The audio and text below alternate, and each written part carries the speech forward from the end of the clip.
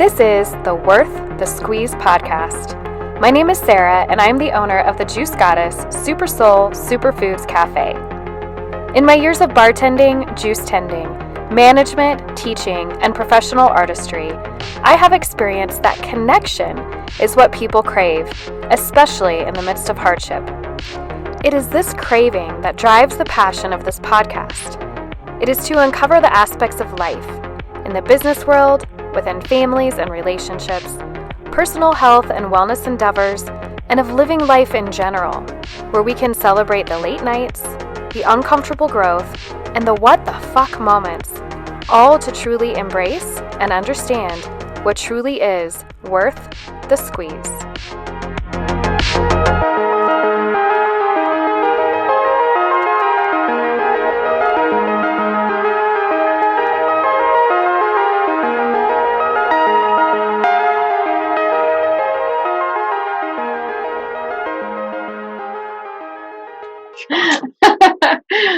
So, take 5.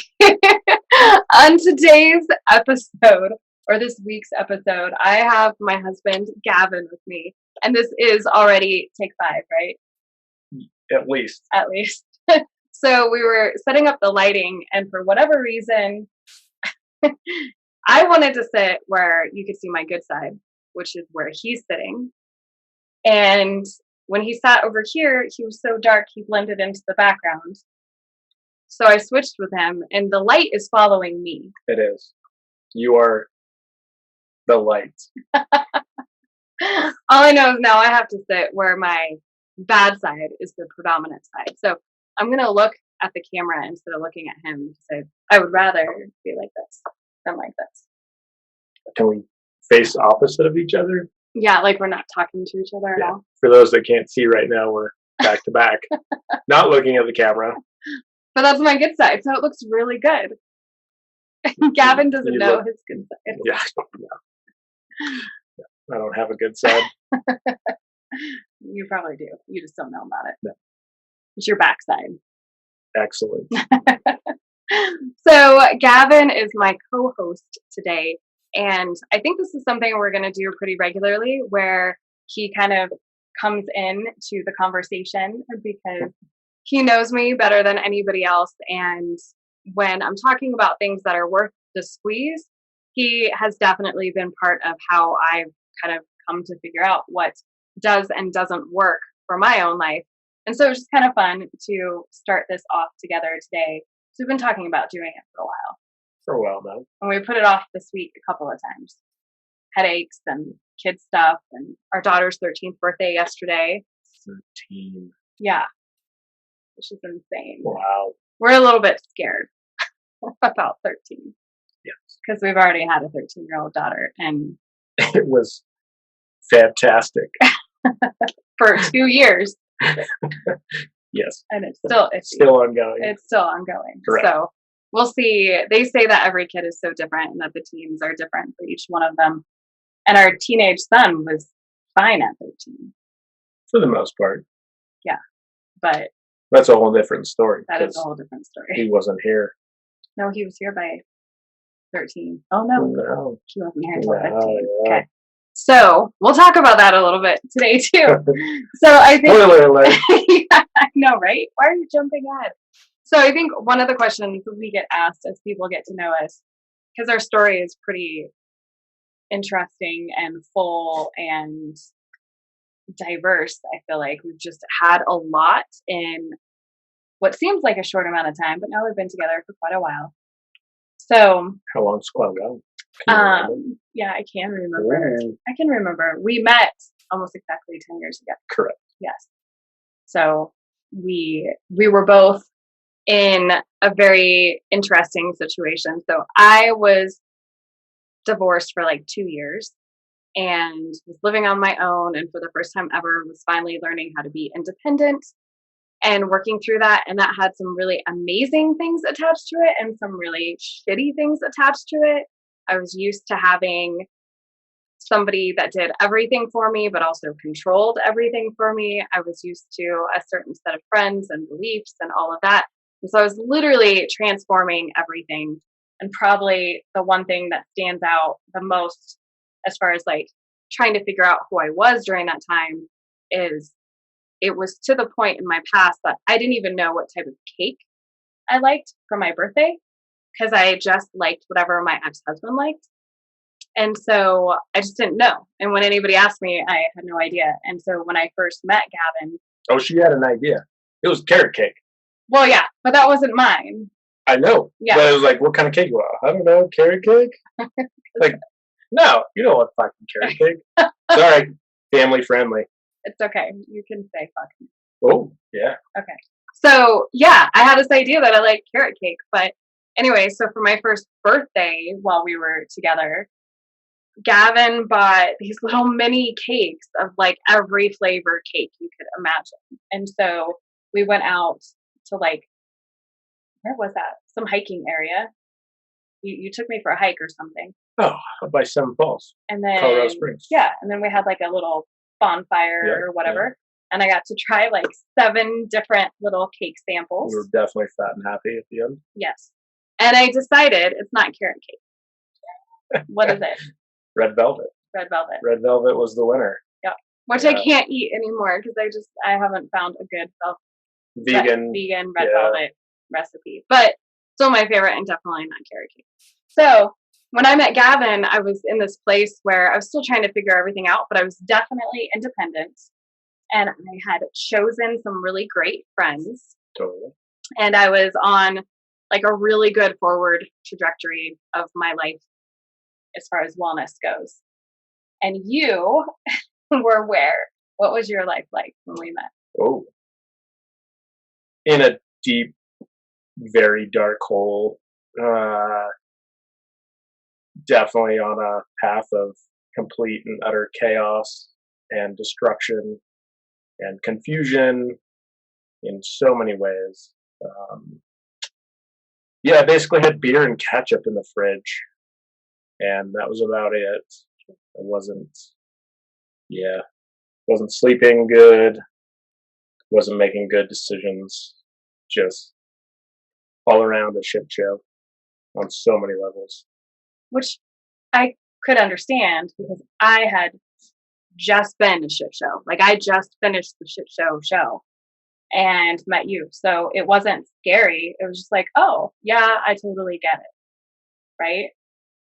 Yeah, to a certain degree. Yeah. We both had our different nuances of darkness. For sure. Yeah. We definitely had emotional issues on so many different levels. Mm-hmm. But I think I had never communicated my emotional state or feelings to really anybody else like I had with you. So coming out of that darkness, communicating with you was refreshing, but it was also, wow, hearing your side and then hearing my side as I spoke it and lived it each and every day. I think both of us together were definitely nowhere near healing we were definitely still grieving over many of our losses at that stage. For sure. Yeah. We were kind of learning it together, learning how to make a new life separately, but also learning from each other as to what was working and what wasn't. Totally. And then just really the communication piece that you talked about was a very big deal. We talked a lot. A lot. Yeah. Yeah. And I think we had nothing to lose at that point. No. I had lost everything. I lost my relationship with my ex-husband. I lost many, many of my friends. I moved to a different state. I moved to a different town. I didn't have anything and was starting from the ground up and was pretty much in the belief system that everybody hated me, that I would hurt anyone that got close to me, that I was just a fuck up and that I needed to keep my head down and not connect with anybody authentically because it would most likely turn out that I would hurt them. So there was even though I felt like I was on the path to a healed life, there were a lot of walls that I still had up. We used to say that everything else seemed like that we weren't drama, but everything around us felt like it was drama, and that we were like the safe place. And so we would come together and everything was like safe. I was good, he was good, we were safe. Yeah. But there was all this like swirling of shit Totally. that was constantly trying to like kind of come in to the situation. And it was sometimes heartbreaking. Yeah. It was very much. Yeah. It was a lot. And we had both decided that we'd never get married again. Totally. Which was kind of a great way to start a relationship, is that there were zero expectations about a future together. It was just like, hey, for right now, I'm here, you're here, we're going to support each other. Yeah. But there was no like in a year from now or 6 months from now. It was literally day by day. Yeah. But also, the nice thing about that is I never felt insecure about it. I knew that the swirling crap that was around your life was more likely to affect you than like our relationship, I guess. Totally. I think the other thing too is that we being honest with each other. You know, you were very honest with me by, you know, our first kind of hangout session, like true hangout and Session. What is that called nowadays? Netflix and chill? I don't know. But by then we already kind of knew a lot about each other. By that point. Yeah. I mean, I'd already told you where I stood in regards to not wanting more kids. I was very adamant about that. And if I did find anybody in the future, it was having the 4 kids from a prior marriage and then having another family. Just I emotionally and mentally in my heart just couldn't take it. Imagining my kids every night sitting at home with their biological mom at the time saying, gee, I wish dad was here, but he has a whole new family. And I just didn't feel good. So I was very honest with myself. And that's one of the reasons why I thought that I didn't want to get married, was so that I didn't portray that I had moved on and started this whole new life and basically forgot them and left them behind. And I was very honest with you, and you were very receptive, even though, you know, we were still pretty young. Yeah. And so many opportunities to become a family presented itself. But if we look at each other now, fast forwarding through all these thousands of questions you have for me, we have a family of 6. We do.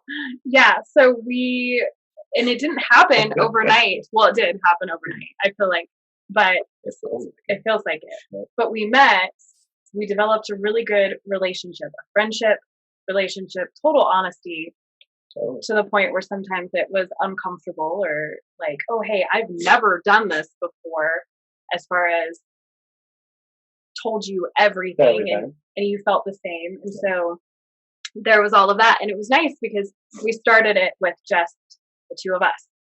And then because the kids at the time lived in a totally different state. And so it was very rare at that moment that you saw them. There were sometimes 6 months or more in between. Yeah. Which is, it's a hard topic. So I don't know how far we're going to go into that today. But your time with them was very limited. Very much. Not by your choice. Correct. And not by the court's choice. It was somebody else. And so you didn't see them very often. And so the positive side of that is that you were able to work on your own healing, physically, mentally, emotionally.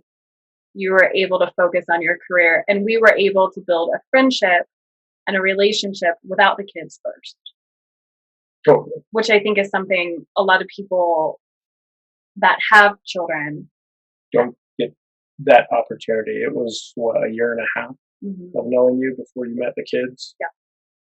And it was very much, the kids, it wasn't that they were blinded to it. It just, um, it was, I had someone that I really wanted to introduce them to, and I think that they would really like her. And, we met at 24-hour fitness, Lifetime Fitness. We met at Lifetime Fitness. At So the pool. we slow rolled it. We met at the pool, Yep. and it was like, hey, we're friends. Let's go to the pool.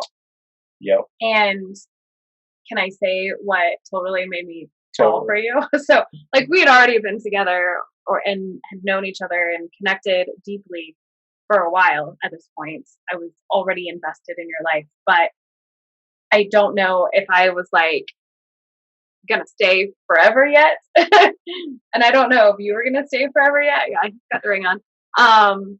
But we were at Lifetime Fitness, and the kids have been playing in the water. And Summer, our now 10-year-old, was like in one of those big fat diapers full of water. And I'm pretty sure we had some friends come with us. Yeah, to meet up with us that time. But my favorite memory from that is the first thing I said to the kids. I walked up, and Sammy, who is the one that just turned 13, she was itty bitty. How old was she then? Oh man, 6. Get that? No, I think Rachel was 5. Oh shit! So she was like 3. She was 3, and she walks up. She goes, "I have a bikini." And I looked over at Braxton, and I said, "Do you have a bikini too?" And that was like the beginning of it. But the best part was at the end, you were wearing your swim trunks or shorts or whatever, and they were soaking wet.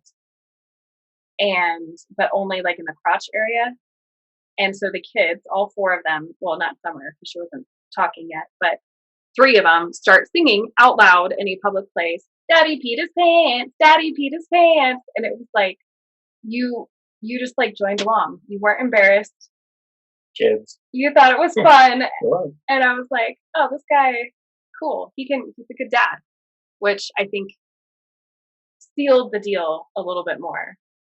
But so we slow rolled it. We met there, and I only saw the kids a couple of times during that like week-long visit. And then obviously we brought in friends eventually.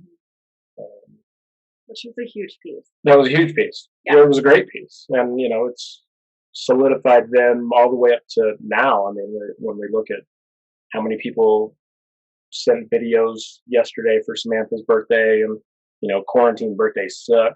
Yeah. But she's getting videos from all around the country and from family and a lot of friends that are now family. And that's based on a lot of your actions, Sarah, and your connections early on. And what I saw about you was connecting with people was a huge thing for you. And for me, once I get to know people, I love them, and I want to stay committed and stay in a relationship with them, friendship wise. But getting there is sometimes hard for me. I like to kind of just quietly listen to people and experience and take it all in versus be the limelight of a party or, be an extrovert and go talk to people. I would rather just listen. I would rather take it all. And, if I have to say something, it's generally sometimes thought out. Not all the time. Sometimes it's, I don't know. I think the friends aspect of things was an important part of our transformation from the dark time to something better. I know Totally. For me specifically, I made a list of things that I knew needed to change in my life. And one of them was that I needed to choose my friends instead of let different situations choose my friends. So whether I was at church and, oh, okay, these are my friends now, or because I had to be friends with people, it was more, I'm going to interview people and basically be like, what is it about this person that I like or don't like? And thankfully, I had a lot of alone time. I spent a lot of alone time, and I got to pick my friends. And those were the friends that ultimately led me to meeting you. even though they didn't know it. It was like very roundabout.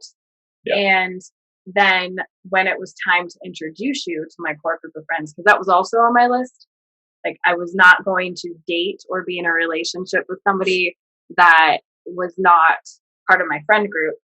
And so when I brought you over to Nicole's house for football, I called her ahead of time because she was my best friend. Called her and she knew everything about everything.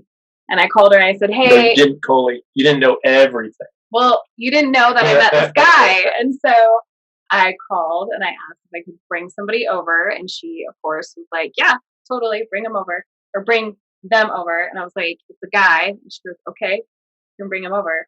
And I bring him over and he walks in and he was just talking about how he doesn't make friends necessarily very easy. It was instant. That friend group, they took you in like you were part of the family, period. It was amazing. Yeah. And for that, I'm always grateful for them, for sure. Because they're still a part of it. In fact, No, totally. yeah, they're a huge part of the family, and our kids consider them family.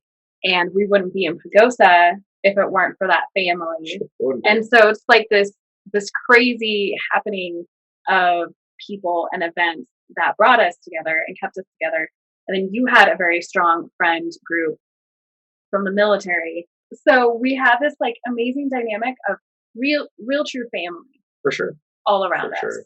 as we were navigating our way through things. And as we were bringing the kids into this new life, we, I think, thought it was really important to make sure they felt supported by more than just us.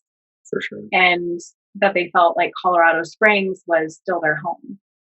Yeah. Yeah. Yeah. The house that most of them grew up in was still their home because that's where we wound up eventually living together. So yeah, it's definitely been fun. It has been fun. Yeah. It's been interesting. I think one of the things that I wrote down that I wanted to talk about is we started saying when neither one of us wanted to get married again. Mm-hmm. And then here we are. We've now been married how many years, babe? Oh shit. Put me on the spot. I don't know. You don't know? You always know when we started dating. Yeah. I always know how long we've been married. So how long have we been married? 6 years. Right. So June will be 7. 7.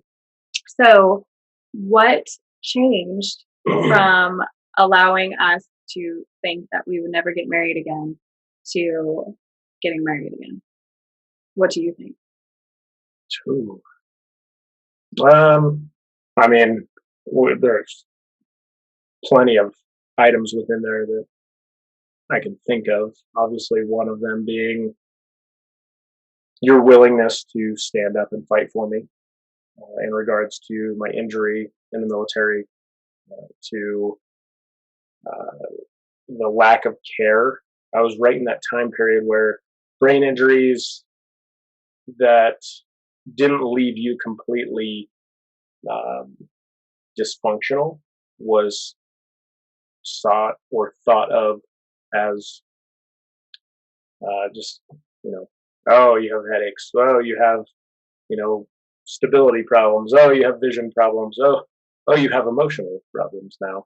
Oh, you can't think clearly. Yeah, brain fog was definitely probably one of the hardest things to try and overcome during that time period was the brain fog, which just led to outbursts of frustration to treating friends in the military, commanders like shit, getting in fights a lot, and then obviously topple that with a lot of anger from not being what you once were to now all of a sudden, it hurts to work out. You're fearful of the pain. You are confused at the path of where your life's going.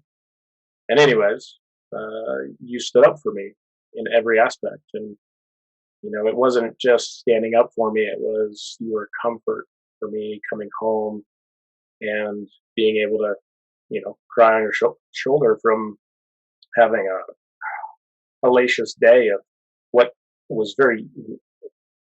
once easy for me is not, or what at the time was not easy for me anymore. my day-to-day interaction of being very good at my job and I loved it, all of a sudden just it wasn't fun anymore. Didn't make sense. It was confusing. It was frightful to stand in front of your peers and teach classes that didn't make much sense anymore. And all of a sudden you weren't an expert, and you were thought of as kind of a shitbag because you weren't holding up the standard that becoming a Green Beret, you're held to an extreme standard, and then obviously I held myself to an extreme standard, and that's actually probably the most detrimental thing is how hard I held myself to a standard, and then when I didn't meet it, I would just beat the shit out of myself mentally, and hold myself to that old standard, and so it took a long time to figure out the new me, and that's a whole nother conversation. But constantly, for sure, but the evolution of why I really like when we went to San Diego and my preparation in wanting to ask you to marry me was very methodical, very thought out, which was very hard for me at the time to think about anything. But yeah, it was very much I was putting all my eggs into the basket that we were currently in, and I was going for it, full set, like fuck yes, let's do this. And if she says no, shit. Well, I can't say no. I mean, on the beach in San Diego, even if I wanted to say no, which I'm not going to say no, but I could have, but I didn't. Thank God. The setting was amazing. The kids were there with us, and Braxton, who was only 10, no, maybe a little bit older, he knew and kept it a secret. My best friend Laura knew and kept it a secret. You told my mom at the last minute, I think, because you didn't want her to blow it. You didn't tell her? She would have ruined it. I know. You told her at the last minute. She would have let it loose. Yeah. And then the greatest thing is that a friend of mine from a long time ago, and just like Laura, they knew me with my ex-husband. They knew me almost even before that. And yeah. And so they were all part of this wonderful thing. But we were going to take family photos. And so there was this, we were just supposed to be taking family photos. You dressed me in this beautiful black and purple striped shirt. And I was like, Jesus, this is going to look horrible. I hate those pictures. And the pictures were amazing. I love it. I love everything about every one of those pictures except that goddamn shirt. Are you bitter about that? I'm totally bitter about that shirt. Really? I'll go to my grave bitter and angry about that shirt. Really? That's so funny. You talk about it every once in a while. Now I know for sure. Gavin doesn't like stripes. Is that what it is? I don't know. I think it was it's very Gavin. It is. Yeah. And colorful. Yeah. See, you're willing to do anything for me at that time. Now you'd be like, no, I'm not going to wear that. Let's get a different shirt. I love it. Well, anyway, so we are doing these family pictures. My friend Lindsay is the one that's going to be taking them. And I don't know what's happening except for we're taking family pictures. And so I orchestrate all that. And as we're walking down to the beach, he pulls her aside and tells her that he's going to propose to me. And probably should have done it sooner. She started crying and had to keep it together. And she did. So it's just an example of how friends keep orchestrating their way into this wonderful weave of a family that we have. But I think you're right. I realized at the same time as you that, I was willing to fight against some pretty important people. They had a lot of stars next to their names or something, and they thought in a lot of cases that they could crush me. No. And that didn't work out very well. And I got to know a lot about brain injuries and treatment. And I'm really grateful to this day that not that you went through that, but that we had that time and that I was there during that time. Because the more I've learned, the more I realize how many people are affected by brain injuries. We have had so many people that have come into our life since then that have the same effects, and we're learning how to transfer what we've learned onto them. And when you got hurt, brain injuries, especially military brain injuries, based on a concussive blast, were still kind of a very quiet thing and not very researched and kind of an unknown. And so you were a guinea pig. In a lot of ways, absolutely. Yeah. And so we had to kind of fight through that. Yeah. For sure. You had to fight through that mostly. So we went from not wanting to get married at all to getting hitched to then we were married and no kids, only saw them. It started getting a little bit better, and we saw them, 4 times a year or 6 times a year. And they got a little bit better and a little bit better. And then we moved to Pagosa based on the fact that your health needed us to make a change.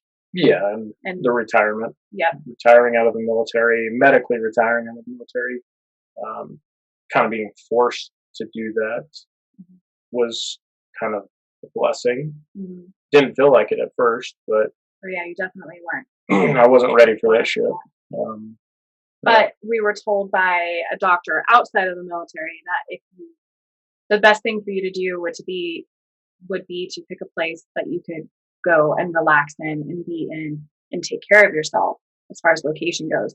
And we both laughed, like, okay, looks like we're moving to Pagosa, ha ha ha, like that would ever happen. And then within 4 months, I'd say 4 to 6 months, sold both houses. Yep. Then we're down here in Pagosa. Because that's how we do things. We don't do things halfway. We just go. Yeah. And we get really driven and very focused on what we have decided to do. It's led us to a lot of fun opportunities. Yeah. And a lot of frustration. Which is one of the things we got really focused on, giving the kids an amazing life. And this is a whole other story, but once we moved to Pagosa, we saw that their life wasn't amazing, and it was difficult to live such an amazing life and give it to them only every once in a while and to see how much they were suffering. It was actually it was heartbreaking, and it was on our mind constantly. Yeah. It was not okay. No. So we fought for it, which is one of the things we're really good at together, is fighting for something that we believe in. So we fought for the kids, and we were there waiting for when they needed us. And so we went, like, it's really kind of funny because I went from totally, totally single, no kids, doing whatever the fuck I wanted, living my life, meet a guy, slow roll into, okay, yeah, I can be a Disneyland mom. Like, yeah, I see them every once in a while. It's really fun. And I can put all my energy into them for 1 week or 3 weeks. Totally cool. And it was so much fun because a lot of fun. We just poured our time, effort, and energy into them. And any of our friends that were with us during that time know that we were like the most fun, awesome parents, because we only had the kids for a couple of weeks.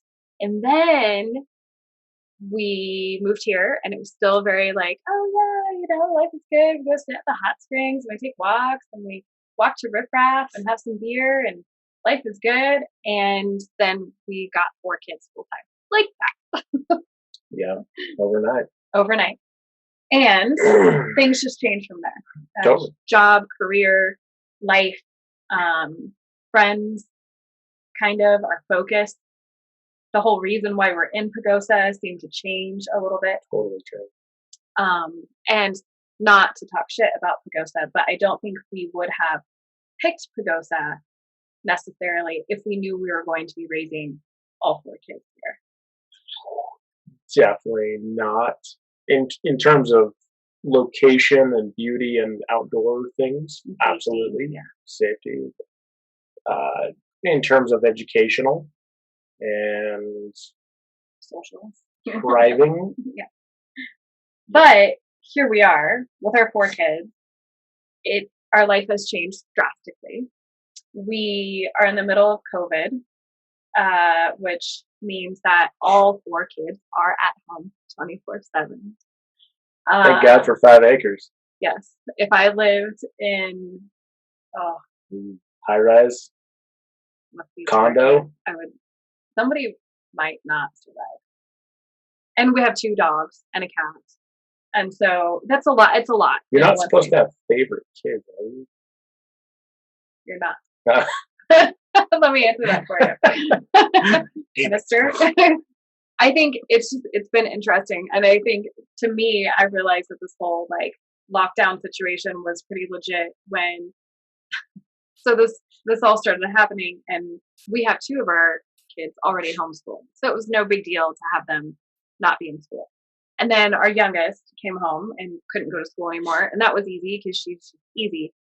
And then like a week later, our college kid called and said that he was coming home. And I was pissed. I was so mad. Should have given up the yoga room. I had to give up the yoga room. And I was like, what? What? Like, when they leave, they're supposed to leave. And then I realized like how many times I went back home. You didn't go back home. No. Yeah, you didn't go back home. But I realized how many times that I went back to mom and dad and were like, hey, can I fucked up? Can I hang out for a little bit? But, and this isn't his fault or anything like that, but we went from kind of a routine of life to everything's changed.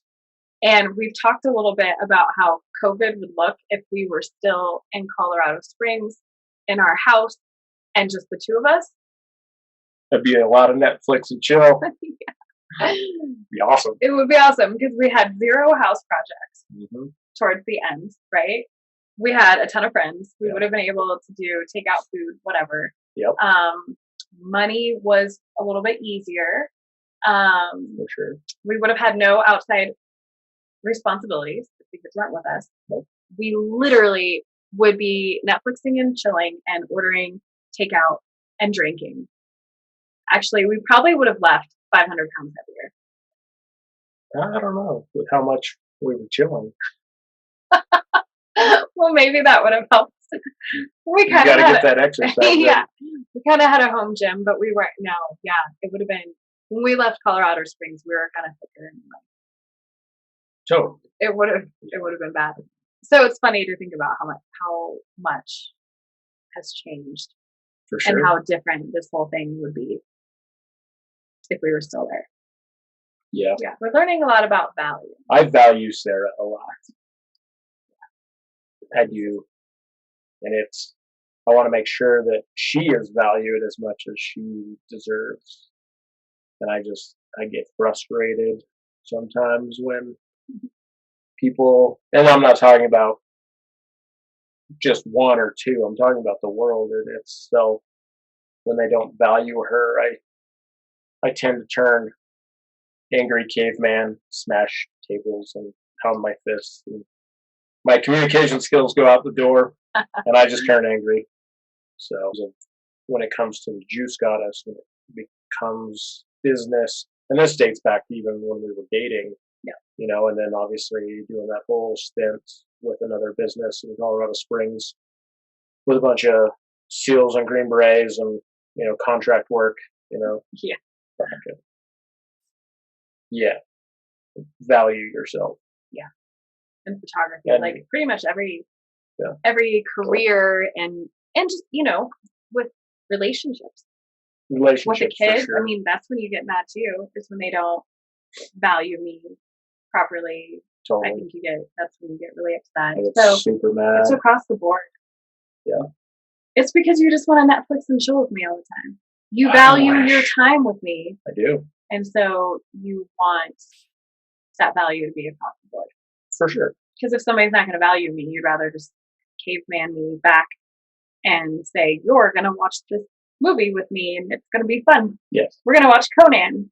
Conan the Barbarian. Yeah. What would you say that we are learning the most about during this time? We're having more time together. Yeah, we still like each other. Yes. Even when we're cooped up. we still enjoy these types of communication. Yeah. These long talks on the beach. Yeah. But we're not on the beach. We're in Pagosa, where she's cold even in April. Well, usually April's still cold. It was 80 yesterday, and that was like perfect. I both have talked about numerous times about how when we evolved in our previous relationships and our previous lives, that we evolved separately from our partner, from our friends, and right now we've evolved as a family, like, and cohesively. I think that we are not just surviving; we are thriving. I mean, I feel like we're thriving beyond words, beyond my expectations, even 10, 5, 3, 1 year ago. Yeah. My health is great. Your health is so much better. Our ability to continue to just be living here in Pagosa and be lucky enough to live here and still thrive is COVID made me feel grateful for Pagosa. And I've said this to a lot of Pagosa people, especially the California Pagosa people. oh yeah, like the Tonys and the Annies and Big Mike. And most of the people that have lived somewhere other than Pagosa is that normally I want to be somewhere else. I want to be on the beach, and we get into it about that because when it's cold and dreary here, I want out. I don't want to have anything to do with it. I get wintertime boyfriends. Yeah, I want to leave. She wants to bounce down. Yeah. And I want to get knee deep, waist deep in the snow and find myself a woolly little mammoth. Yeah. I don't know if that's a thing. You don't even need that because you stay warm by yourself. True. Yeah. True. So we have this like winter summer thing, and I could live in San Diego 24/7, and we talk about it and argue about it, whatever. But at this point, I'm really glad that we're in Pagosa because we have the acreage and we have the space and we have the ability to let the kids do their thing, and we're not cooped up and stuff like that. So it's made me, for the first time in a while, I've had like a stretch of 3 or 4 months where I'm not trying to leave. It's been nice. And it's not about leaving you or the kids. It's about just like being somewhere that I feel more connected to, that I feel like I belong in. And obviously, I think your creative nature, really thrives in San Diego. It's not just the warm weather; it's San Diego as a whole. Very creative culture versus Pagosa, which has its little niches of creativity, but there's a lot of stuck in the mud. What is your favorite beach to go to? I have 2. Are you going to give that secret away? I don't care. Well, first is just Ocean Beach. That is like, it's home. It's really a second home for all of us. Yep. And lived there for a little bit. Kids love it. They feel safe there. I just love it. But my second favorite beach is Black's Beach, which is in La Jolla. And it's clothing optional, which is fun because sometimes you see people running at a full sprint. Men running at a full sprint. While not wearing clothes. I don't grasp that. Strange. Or doing yoga for their first time ever. Downward dog. No judgment, but I think that was his first time doing yoga while he was downward dogging. Volleyball. All the things. But mostly, it's just a really great place to get a tan where you don't have any lines. That's it. Yeah. That's exactly and there's a lot less people there, so you don't have to do a crowd. It's true. And it's a beautiful hike. Like, you have to hike to get there. And so that's nice, too. You get a little workout out of it. That's why I like it. I like it. You're giving away my secret. Since you asked me a question, I have your questions now. These are supposed to be rapid fire. Okay. And then I have a really good question for you. Okay. I already know this question, but I just want you to tell other people. What are the 3 things we've been binge watching Oh, And if you don't get them, The Good Place. Good Place. Why do you like The Good Place? You know why? Why? She's cute. Oh, she's cute. But why else do you like it? I don't know. The dry sense of humor? No? Yeah, the random little tidbits here and there. Well, it's not like laugh out loud. It's just these little chuckles of humor that kind of get you. That's good. Yeah, it's a good one. What are the other two? One we finished and one we're working on. Ozark. Yep. Ozark reminds me of military life at my realm. It's amazing. There's just a lot of gray. Yeah, there's no black and white. Yeah. You could try and preach it to me, but there's no black and white. Yeah. It is all gray area, and That show is entirely gray. your moral compass is constantly brought into question and pushed. And Ozark is like that. Ozark reminds me of my previous life. It's awesome. What is the one that we finished? I even hate saying it. Tiger King. No. Well, we What? finished that one. There's one more then. Which one? We'll talk about Tiger King Oh, and then God. the other one. Carol Baskin. You did it. I know you did. Sorry. That's passive judgment. It is. We don't know. What's the other one? You're so good. You don't remember? It's over and I cried. Oh, shit. Stranger Things. Wow. I cried. Upside down. The Upside Down. The Upside I cried when it was She over. did I was so sad. You might have a little bit. Never, ever, Yeah, you ever. did. You were just sad. I don't have an emotional anything in my body. Anybody that knows Gavin knows that that is not true. What is something that grounds you? You? Me. Yeah. That is true. Come on now. If it wasn't for you, where would I be in regards to still having a refrigerator full of beer and ketchup? Having complete and utter disastrous relationships.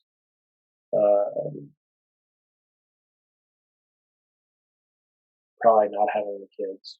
Well, not having the kids at all. So grounding is definitely my relationship with you. Definitely grounds me. Gives me purpose. Gives me light. You are the light. We're back to the light. We're back to where we started. You can't do that yet because I'm not done. Shit. I was going to ask you what's the one thing that drives you crazy about me, but I think I know. Is it the value thing or is it something different? It's the fact that you don't like sounds. I don't. What is that thing called? They talk about it on Armchair Expert. Mesophilia I don't know. or something. It's No, I think that's the wrong one. I don't know what it is. This is Can I look it up? Hold on. I think there's a word to it. I feel like I'm in the car with my mom when I was Hold a kid on. listening I'm to these, gonna radio find out. stations. Well, you talk about the sounds, and I'm gonna look up what it is. Talk about the sounds. So I don't chew with my mouth open. Usually, we have allergies. Yes, right now I have to breathe. Yeah, you have to breathe. However, if you are chewing too loudly in your mouth with your mouth closed at the dinner table, and you happen to have or need extra saliva in order to help digest and break that food down, she loses her shit.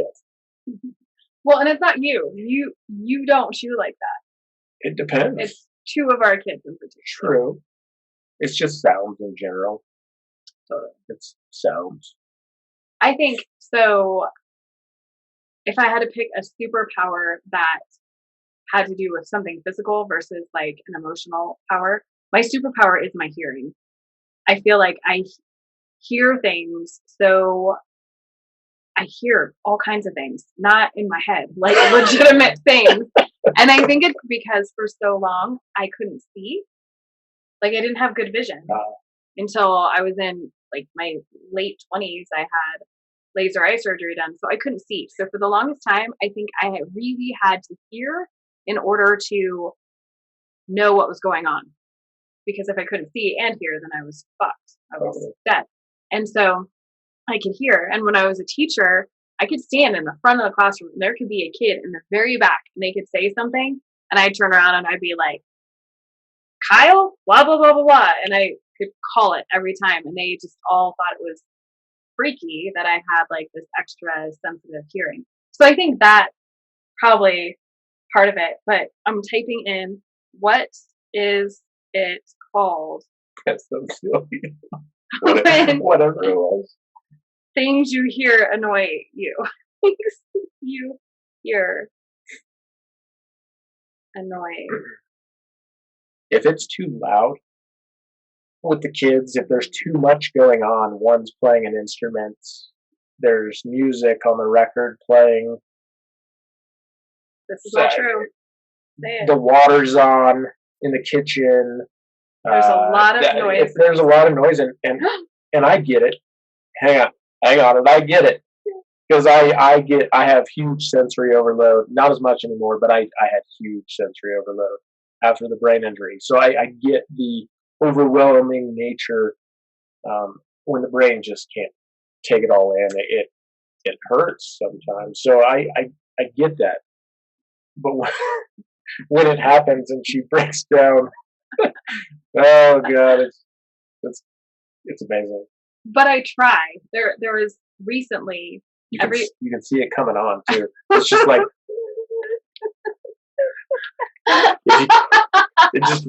it's like a steaming pot and you can see it slowly boil and all of a sudden it's like, damn it, can you stop that? And I try. I think I'm keeping it like no, I'm like breathing and trying to. I think so. Here's just the last time this happened.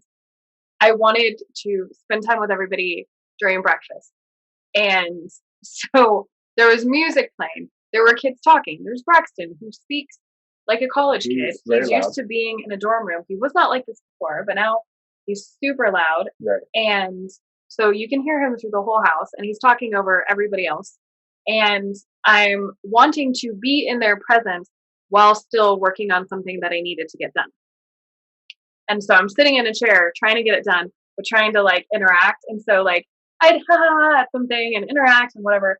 And then finally I was like, I read the same paragraph 10 fucking times. I cannot do this. So I like stormed out and left. And everyone's like, geez, sorry. And I was like, I was just trying to be a part of the family. I'll stop turning pages in my book. I just couldn't do it anymore. So I think the difference between your overstimulation is when you hear a lot of sounds at the same time, it's too much, especially if there's a lot of visual stuff. It messes you up. I am where when it's quieter and I'm focused on something. It's when I'm focused on something. It's impossible. Like I have to. It is called. So what's the word? Mesophonia. I was so close.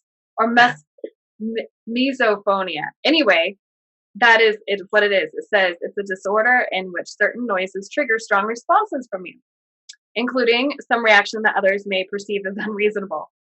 On the mild end, even quiet sounds that don't bother others may easily bother you. Mind you, there's a picture of a gentleman slurping his soup. I mean, his foe. That would drive me crazy. Don't slurp it. That's going to be my next goal. To have phone slurp it? Yeah. Yeah. I don't like the noises. Chew some gum really loudly before we go to bed or something. No Netflix and chill for you. What? That's Never what mind. happens. Yeah. See? So Gavin talked about all the different things he wanted to say on here, and I've had to keep him reeled in family a little family friendly. But thank you for spending time with me on here today.